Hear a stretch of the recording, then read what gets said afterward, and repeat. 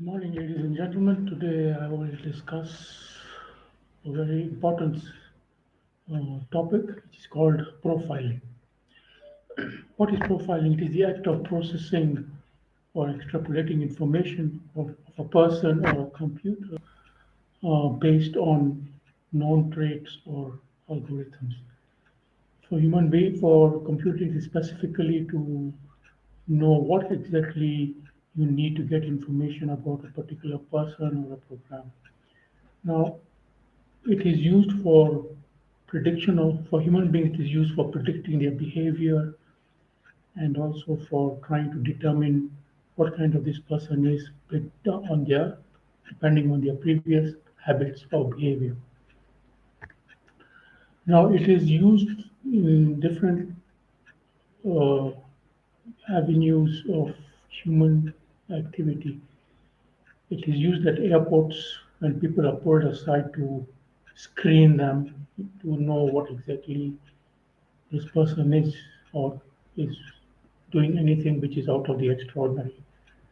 And this leads to it is a process whereby in computing, it is a process that leads to construction and application of data analysis of different uh, information.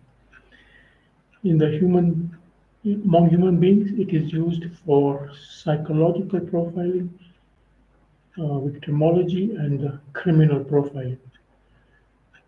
Now, what happens is it is when it is done among human beings, there's a certain protocol you use, which is very simple. And what happens is there are 9 tips you use when you're profiling. Number one, you create a baseline. You look for different quirks or behavior of the person. Is the person moving his feet or hands? Is he moving his face? Is he jiggling his feet? Is he smiling? Is he keeping quiet? Is his eyes darting from side to side? In short, you're looking for deviations on normal human behavior. Is he clearing his throat constantly? Or is he laughing? Or, something which is not out of the normal. It does not fit into a general thing. And then, as you notice this cluster of gestures, you compare and contrast with what a normal person is doing. You look into the mirror and you identify the source. Look at the voice. What kind of voice does he or she have?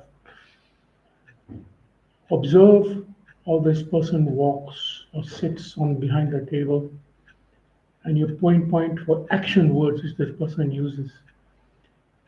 This will help you to understand what this person is and how he is reacting. You know his mental, his emotional, and personality characteristics.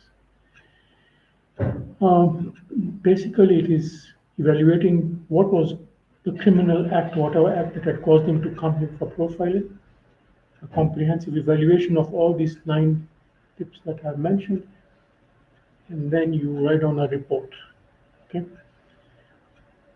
Uh, the theory behind is that behavior profiling is a method of identifying people, suspects, and this will leave you an idea as to what happened at the crime scene during the crime itself. Fundamental assumptions that of finder profiling relies heavily upon many assumptions, but advances in psychology and behavioral sciences have helped the art of profiling to be more specific. Of course, there are a lot of critics because there's not so much scientific evidence to suggest that psychological profiling is useful in any other circumstances apart from criminal investigations. There's there's the reliability and validity of profiling, especially in the era of social Darwinism. Um, Over the years, this it is very controversial, and it has been abused in many different aspects of human behavior to identify and act according to the situation on the ground, depending on the jurisdiction legally in which country or in which um, state it is. As a result of it, this is the biggest downfall. It cannot be regulated. There is no governing body for profiling. Anyone can be a criminal profiler. It is only in specialized agencies of law enforcement, like in most countries, we have the CID. In the US, you have the FBI, and there's a lot of not much. There's not much data to support a full theory that will lead to a pinpoint to a particular diagnosis.